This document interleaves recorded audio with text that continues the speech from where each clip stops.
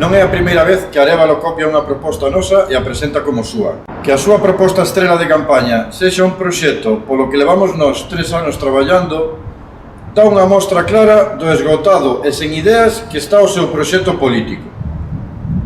Se é que algunha vez tivo un proxecto para nós que fora máis alá de atender os seus intereses persoais. Nós lle damos a benvida a Arévalo a este proxecto de converter as antigas instalacións do Rebullón nun centro público de atención aos nosos maiores.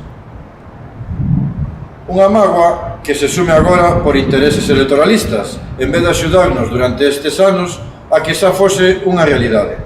Cando hai 3 anos conseguimos que se aprobara no pleno a nosa proposta, nós non nos conformamos con que quedara só para a galería e pasara a dormitar no caixón de Arévalo. Chamamos ao resto dos concellos da nosa área sanitaria e conseguimos que en todos se aprobara tamén a nosa proposta.